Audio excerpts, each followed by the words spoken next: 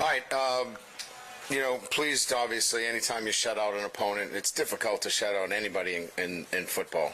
I mean, college football is set up for success on offense. So really pleased with, we had 3 or 4 starters out on defense, and we had to juggle the lineup. We had Jarek playing safety, and the guys really rallied, did a great job. I held them to under 100 yards. You guys know the stats. I don't have to recite them to you. Offensively, other than, a missed field goal and, an interesting penalty call on a touchdown, very efficient offensively, throwing the football, running the football. So, really good performance, something to build off of. I told our guys, one time's an accident, second time's a coincidence, third time is a habit. They've won 3 in a row. They're building good habits. And, we look to continue to build on that going into, SEC play over the next month. So with that, we'll open up to questions. Coach, how many games have you been a part of where, I know they kneeled it out or let the time run out right before halftime, but every other drive was a punt, and all but 2 of them were 3 and outs? Just that kind of defensive dominance. I've been coaching 32 years, so I've had some of those games. I think most of them, you know that you're in a dominating performance, and you just wish you had more points on the board at that time, because it was pretty clear that they were going to have a difficult time moving the football on us. And I thought our plan was excellent, but we felt pretty good that, going into halftime, even though it was, I think, 17-0, we were in a pretty good position. Yeah, hey, Coach, right over here. Just a quick update on Jaden and kind of what happened with him, and then also, do you guys think you found something with Jack Besh in that punt return role? Jaden strained his lower back. He could have went back in, but there was no need at that time of the game. So, he was cleared by the doctors, so he's good. Yeah, he's fearless. Maybe he should, there was a time maybe he could have put his hand up on a fair catch, but we love his spirit. He makes us better back there, and it was great to get him involved and being part of our offense. Ryan, with the defensive performance now, especially 2 weeks in a row, like you said, kind of building those habits, where do you think this group is maybe headed, or is it too early for you to certainly say it's going to be a really, really good unit over the course of the year? Well, we're getting pressure, obviously. That's huge, right, from a 4-man front. Playing on-body coverage, and we're tackling, right? We're running sideline to sideline. Baskerville's helping. Harold is helping a bunch. And we're getting really consistent inside play now. If you remember the Florida State game, we did not tackle very well. We were not on body in the secondary. We obviously have addressed those things. So I think we can continue to get better. I don't know that if you ask Matt that was our best performance. We can play better, and that's a good thing. So I think we're trending in the right direction. It seemed like Jaden was more decisive on some of those tougher throws today. I guess, what do you think led to that? And also, just do you think going into SEC play, he's in a good spot right now? Yeah, I think just more familiar with the offensive structure, concepts. And we were really, I think, firm on fast feet, and then slowing down the thought process.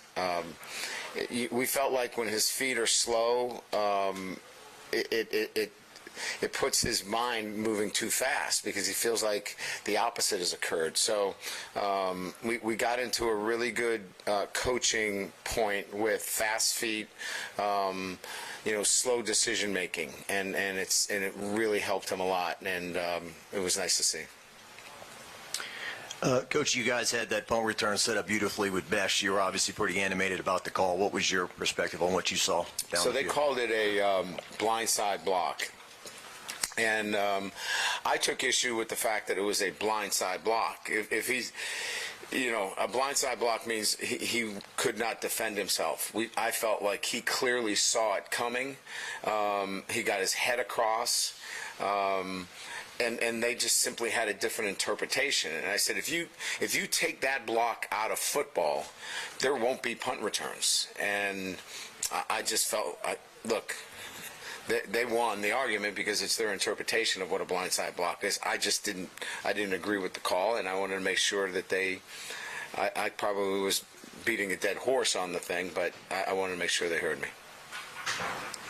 With B.J. Ojulari, is he just sort of dealing with a little bit of a nagging injury? It's the patella that we work out on Saturdays, and when we went through our workouts, it was just cranky, and there was no sense, especially in the position that he had.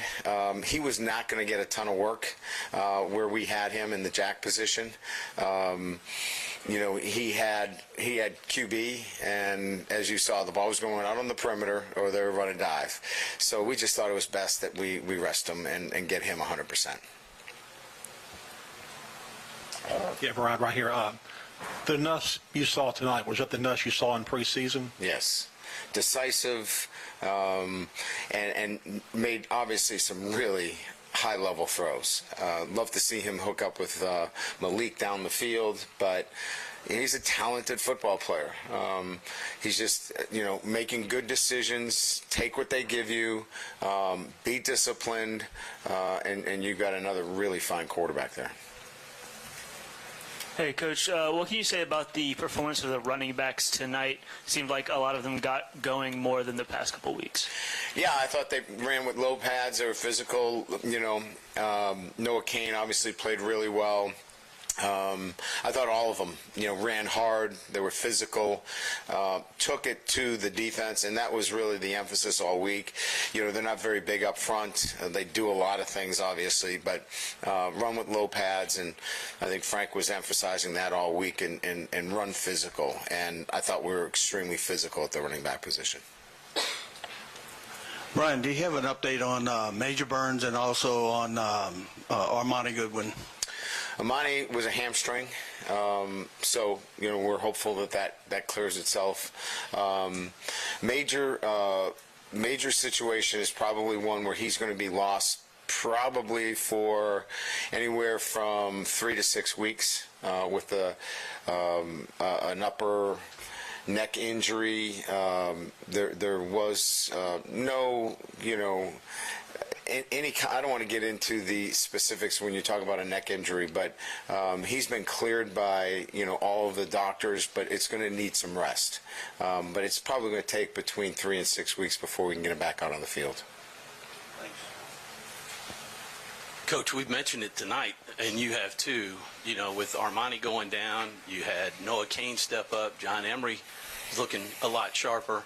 And then you have Butte out because of a baby being born, and you got Besh stepping in, Nussmeier coming in and really showing improvement.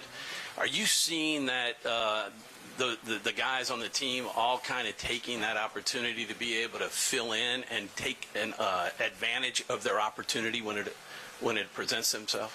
Yeah, I think there's two things here. One, we trust them, and if a guy goes down, we have no problem bringing the next guy in and giving them that opportunity. So I think they feel the trust from us, and then that gives them confidence that they can go in there and play at a high level. So, and that's kind of evolving, right, as we go along, where we're not wringing our hands. Do we want B.J. Ojulari out there? Absolutely, but we know the next guy is going to go in there and play well. Do we want Kayshawn out there? Absolutely. It was great that he was with, obviously his girlfriend and being there for the birth. But Jack Besh steps up. So I think we're in a very fortunate position that we have that. Let's try to get them all on the field at one time and see what happens, too. That would be nice as well. Coach, has time for two more. Coach, right here. how do you feel like the offense is progressing as a whole at this point in the season? Yeah, I think it starts with the quarterback. You saw what those receivers can do.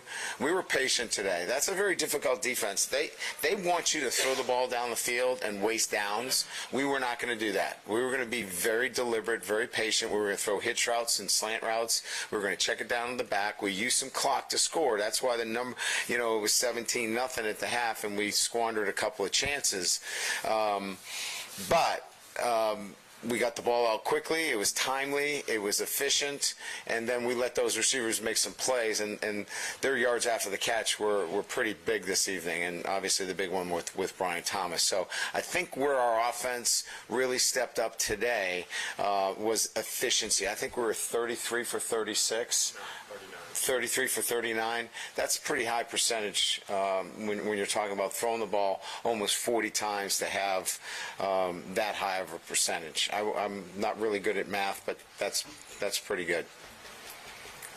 Coach, you talk about confidence and you talk about being deliberate. You got the ball to a lot of receivers tonight. How does that play into that confidence level? Yeah, good. Look, there's so many of those guys that can make plays. To get Lacey some playing time and watch him run after the catch. That's what he does in practice. And to watch Jack obviously was fun to see him get going and feel good about being out there. Jeray Jenkins continues to make play after play, late in the second half or the second quarter where we needed a couple of big plays. He catches the ball in traffic. So, I can go on and on. I mean, Malik Neighbors, obviously, Brian Thomas, Chris is involved. There's a lot of really good players, and we got the ball around to all of them. Thank you. Appreciate it. Go this way. Yes, sir. You good? You need another water? You good? Yeah, I'm good.